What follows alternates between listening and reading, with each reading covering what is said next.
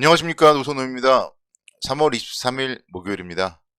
오늘은 다행스럽게도 국내 주식시장 상승을 해주면서 지금 국내 주식시장 이틀 연속 강세를 보였습니다. 그래서 코스피 지수는 다시 한번 2400포인트를 회복하는 모습을 보였고, 조금 이따가 수급 쪽 보여드리겠지만 수급 쪽으로도 외국인들이 이거래 연속으로 순매수를 보여주는 모습, 그래서 시장은 다시 한번 조금씩 안정을 찾고 있다, 이렇게 말씀을 드릴 수가 있겠습니다. 다만 오늘 시장에서 조금 아쉬웠던 점은 코스피가 7.5포인트 정도 상승을 했지만 상승 종목 수가 224개, 하락 종목 수가 671개로 하락 종목 수가 더 많았다는 점은 좀 좋지 못했던 모습이고요. 코스닥 시장도 약보합권입니다. 0.15% 하락을 했어요. 그렇지만 역시 마찬가지로 상승 종목 수는 350개, 그리고 하락 종목 수는 1164개로 좀 종목별로는 좀 쏠림 현상이 심하면서 오히려 또 시가총액 상위 종목들이 상승을 하고, 반면에 좀 중소형주들은 힘을 잃어가는 그런 모습. 그래서 오히려 중소형주를 가지고 있는 좀 개인 투자자들의 입장에서는 좀 지금의 상승이 와닿지 않는 그런 시장이라고 할 수 있겠습니다. 이럴 때일수록 그래도 다시 한번 또 점검을 해볼 필요가 있다고 생각이 되고요. 그래서 오늘 새벽 마감된 미국 시장부터 한번 살펴보겠습니다. 미국 시장은 3대 지수 모두 하락을 했습니다. 나스닥 지수는 1.6%대 하락을 했고, S&P 500 지수도 1.65%대, 다우존스도 1.63%대 하락을 하면서 전반적으로 3대 지수 모두 1%대 하락의 움직임을 보였습니다. 밤사이에 이제 FOMC 회의가 있었는데요. 기준금리는 0.25% 인상을 했었고, 파월 연준 의장이 연내 금리 인하 없다, 이런 발언을 하면서 좀 시장의 악재로서 작용을 했습니다. 그리고 옐런 재무장관 역시 전액 예금 보증을 부인하는 발언 등을 하면서 좀 시장에 악재로서 작용을 하는 모습을 보였습니다. 그래서 미국 지방은행에 대한 리스크가 시장에 좀 가장 큰 부담 요인으로 작용을 하고 있다, 이렇게 말씀을 드릴 수가 있겠고요.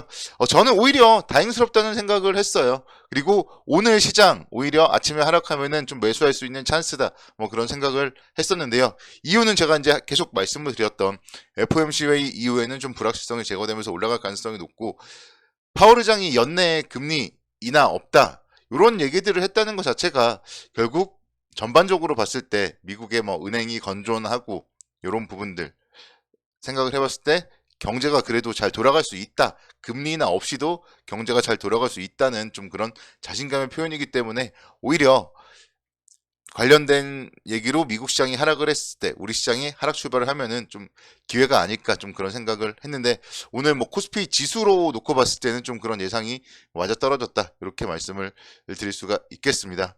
일단 FOMC가 좀 무난하게 마무리되었고요. 제가 3월달 들어서는 계속 좀 강조를 드렸던 게, FOMC 회의까지는 불확실성이 있지만 FOMC 회의 이후에는 좀 불확실성이 제거되면서 안정을 찾을 가능성이 높다, 그런 얘기들을 드렸기 때문에 관련된 부분들은 유효하다, 이렇게 말씀을 드리겠습니다. 회의에서 앞으로 지속적인 금리 인상이 적절하다, 이런 문구가 삭제되었고요. 약간의 추가적인 정책 긴축 정도는 필요하다, 그 정도로 문구가 완화되었습니다. 이런 부분들을 이제 생각을 해본다면은 미국의 금리 인상은 그래도 좀 어느 정도 좀 마무리 국면이다, 이렇게 볼 수 있겠고, 다만 여기서 금리 인하는 좀 빠르게 이루어지지 않을 가능성이 높다, 이렇게 볼 수 있겠습니다. 그리고 금리 인하가 빠르게 이루어지지 않는 부분은 주식시장에는 좀 긍정적인 요인으로 작용을 할 것이다, 이렇게 말씀을 드릴 수 있겠습니다. 근데 여기서 이제 또 오늘 또 한 가지 생각해 볼 점은요, 원달러 환율이 급락을 했어요. 그래서 오히려 환율의 급락은 연준의 금리 인상 종료에 대한 그런 기대감이 좀 반영이 되었고, 또 그리고 미국 쪽에서도 실제 이제 채권 시장이나 이쪽 컨센서스를 봤을 때는 올해 금리 인하에 대한 컨센서스가 지금 있습니다. 그러면서 이제 원달러 환율이 하락을 했고, 이거는 이제 오히려 이제 환율 시장 그리고 외국인들의 수급의 입장에서 좀 긍정적인 영향을 미친 거는 분명한데, 과연 그러면은 여기서 연준과 다르게 정말 금리를 인하해버리면은 그때의 시장은 또 어떻게 될지, 이런 부분들도 생각을 해봐야 되기 때문에 오늘 시장이 좀 연준과 그리고 통화 정책에 대해서 좀 괴리감이라던가 이런 좀 양날의 검, 이런 부분들도 한번 좀 생각을 해볼 필요가 있지 않나, 그런 생각을 해봤습니다. 근데 일단은 눈에 좀 보이는 대로만 보이는 게 좋을 것이고요. 그래도 파월 연준 의장의 발언이니까 이거를 굳이 반대로 해석할 필요는 없지 않나 그런 생각이 들어서 시장에 대해서는 일단은 뭐 당분간 연내 금리 인하 없다 이런 발언과 함께 조금씩 다시 한번 2,500포인트 정도를 회복하는 그런 분위기가 이루어지지 않을까 이렇게 말씀을 드릴 수가 있겠습니다. 앞서서 잠깐 언급드렸듯이 원달러 환율이 오늘 무려 29원 하락을 했어요. 그래서 1,300원대에서 계속 유지가 됐었는데 오늘 하루 만에 29원 하락을 했고 1,278원까지 기록을 했습니다. 그러면서 수급적으로 외국인들의 수급도 어제 2천억 원 그리고 오늘도 2천억 원 순매수를 보이면서 외국인들의 수급도 어쨌든 지금 이틀 연속으로 나름대로 좀 긍정적이다 볼 수 있겠고, 뭐 차트적으로 기술적으로 보더라도요 지금 그래도 지켜줘야 돼서는 좀 지켜졌고, 여기서 이제 어제와 오늘 그래도 나름대로 또 양봉을 보이면서 21선을 관통하는 오늘 장대 양봉이 나왔다 이런 부분들도 긍정적으로 해석을 할 수밖에 없을 것 같습니다. 사실 이제 뭐 지난주 후반부터 이번 주 초반부까지는 계속 음봉을 보였기 때문에 반신반의였죠. 그래서 믿는 거는 저점만 붕괴되지 않으면 그래도 괜찮을 것이다. 근데 혹시나 저점을 붕괴됐을 경우에 또 그리고 만약에 여기서 FOMC에서 금리를 동결해 버린다. 그만큼 미국 경제에 대한 자신감도 떨어진다. 이랬을 때는 시장에 대해서 조금 불확실했는데요. 그래도 이제 이벤트는 좀 무사히 잘 넘어갔고 그 이후에 뭐 전반적으로 수급적으로나 기술적으로 차트상으로나 일단은 좀 뭐 긍정적 관점으로 접근이 가능하겠다 이렇게 말씀을 드릴 수 있겠습니다. 다만 이제 앞서서도 언급드렸듯이 종목별로는 좀 상당히 좀 차별화가 심한 게 지금의 현실이에요. 그래서 제가 최근에 말씀드렸던 중국 소비 관련주들 오늘 뭐 나름대로 상당히 좋은 모습을 보였습니다. 호텔신라는 3.4%대 강세를 보이면서 78,900원대 움직임을 기록을 했었고, 이제 서서히 좀 지하철 버스에서도 마스크 벗는 사람들이 한두 명씩 늘어나더라고요.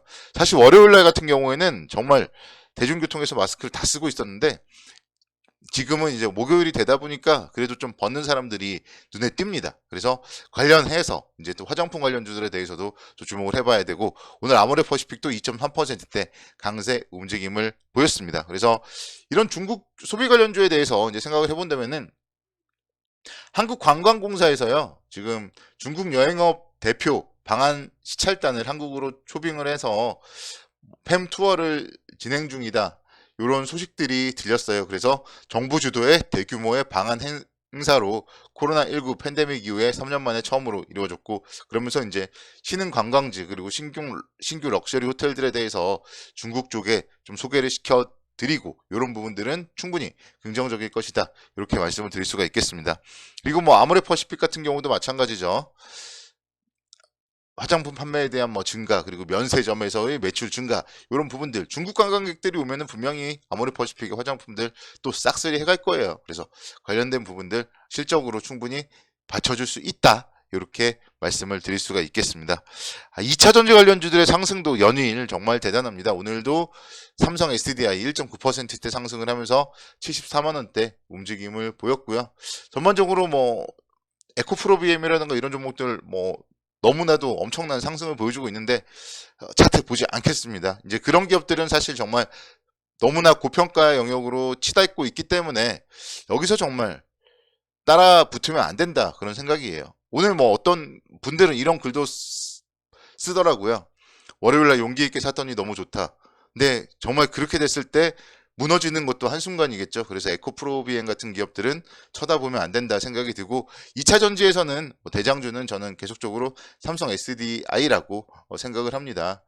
윤석열 대통령께서 이제 4월에 미국을 국빈 방문할 수도 있다 그런 기대감이 있고요. 또 스텔란티스 그리고 삼성 SDI가 배터리 공장 건설 착수 소식 등이 좀 들리고 있기 때문에 관련되어서 유럽의 완성차 제조업체와 삼성 SDI가 미국 쪽에 전기차용 배터리 제조 시설을 건설한다.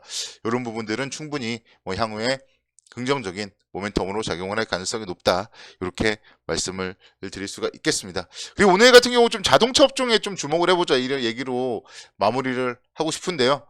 3월 1일부터 20일까지의 수출입 데이터가 좀 좋지 못하게 나왔다고 했는데요. 그 중에서도 자동차는 상당히 눈에 띄는 모습을 보였어요. 그래서 3월 달에 무려 69%라는 놀라운 수출 실적을 69% 증가되는 그런 부분들을 보여줬기 때문에 자동차 관련주에 관심을 갖자 이렇게 마무리하겠습니다. 감사합니다.